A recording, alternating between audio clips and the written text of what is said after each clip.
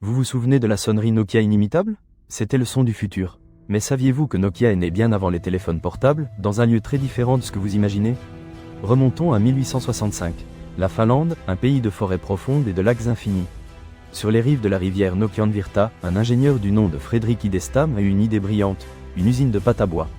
Il l'a appelée Nokia, s'inspirant du nom de la rivière qui alimentait ses machines. Au début, rien ne laissait présager l'empire technologique qu'elle allait devenir. On produisait des articles en papier, essentiels pour une société en pleine industrialisation. Mais Idestam était un visionnaire. Il voyait au-delà du papier. La petite entreprise a grandi rapidement.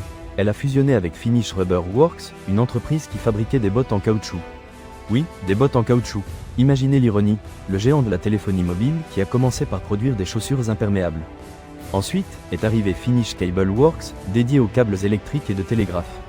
La fusion de ces trois entreprises en 1967 a donné naissance à la Nokia Corporation que nous connaissons, un conglomérat diversifié qui englobait du papier aux pneus en passant par l'électronique.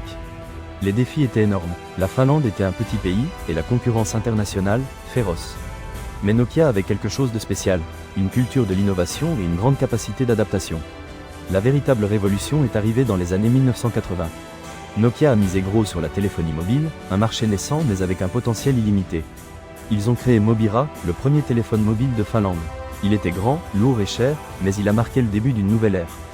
Les années 1990 ont été l'âge d'or de Nokia. Ils ont lancé le Nokia 1011, le premier téléphone GSM au monde. Ensuite, est arrivé le Nokia 3210, un succès de vente qui a mis un mobile dans la poche de millions de personnes. Nokia est devenu synonyme de téléphonie mobile, le leader incontesté du marché. Ces téléphones étaient robustes, faciles à utiliser et avec des designs innovants.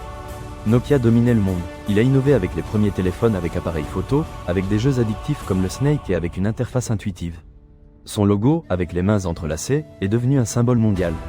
Mais, comme cela arrive souvent avec les grandes histoires de succès, des mythes et des légendes ont surgi. L'un des plus persistants parle d'un ingénieur de Nokia qui, soi-disant, s'est suicidé après avoir découvert une erreur dans la conception du Nokia 3310. L'erreur, disait-on, provoquait l'explosion du téléphone lors de la réception d'un appel dans certaines circonstances. L'histoire est devenue virale sur Internet. Des images truquées et des témoignages faux ont été partagés. La réalité est qu'il n'y a jamais eu de preuve d'un tel incident. Nokia a démenti catégoriquement la rumeur, mais la légende a persisté, alimentée par le mystère et le morbide. C'était un avertissement sur les dangers de la technologie et la pression dans le monde entrepreneurial. Réalité ou fiction, nous ne le saurons jamais avec certitude. Mais le mythe de l'ingénieur suicidé reflète la paranoïa et la méfiance qui entourent parfois les grandes corporations. L'entrée du nouveau siècle a apporté de nouveaux défis. L'apparition des smartphones, menée par Apple et Android, a pris Nokia au dépourvu. L'entreprise s'est accrochée à son propre système d'exploitation, Symbian, et a tardé à s'adapter à la nouvelle ère. La chute a été retentissante. Nokia, qui avait été le roi incontesté, a perdu des parts de marché à un rythme alarmant. En 2014, Microsoft a acheté la division de téléphones portables de Nokia.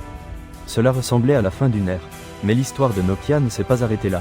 La marque a ressurgi de ses cendres, grâce à HMD Global, une entreprise finlandaise qui a licencié le nom de Nokia. Avec Android comme système d'exploitation, les nouveaux téléphones Nokia combinent la robustesse et la fiabilité qui ont toujours caractérisé la marque, avec les dernières innovations technologiques. Aujourd'hui, Nokia est bien plus qu'une marque de téléphone portable. C'est un fournisseur leader de réseaux de télécommunications, présent dans le monde entier. Sa technologie impulse la connectivité 5G, l'Internet des objets et la transformation digitale. Nokia a appris de ses erreurs. Il a su se réinventer et s'adapter à un monde en constante évolution. Son histoire est un exemple de résilience et de la capacité des entreprises à surmonter les obstacles et à briller à nos UVO, parce que parfois, derrière un simple logo, il y a toute une histoire d'innovation, de succès, d'échec et de renaissance. Une histoire qui nous rappelle que, même dans le monde de la technologie, la persévérance et la capacité d'adaptation sont la clé du succès. Avez-vous aimé cette histoire? Abonnez-vous à notre chaîne pour découvrir plus de mythes et de légendes de vos marques préférées. Et dites-nous dans les commentaires, quel a été votre premier téléphone Nokia? Nous aimerions lire votre histoire.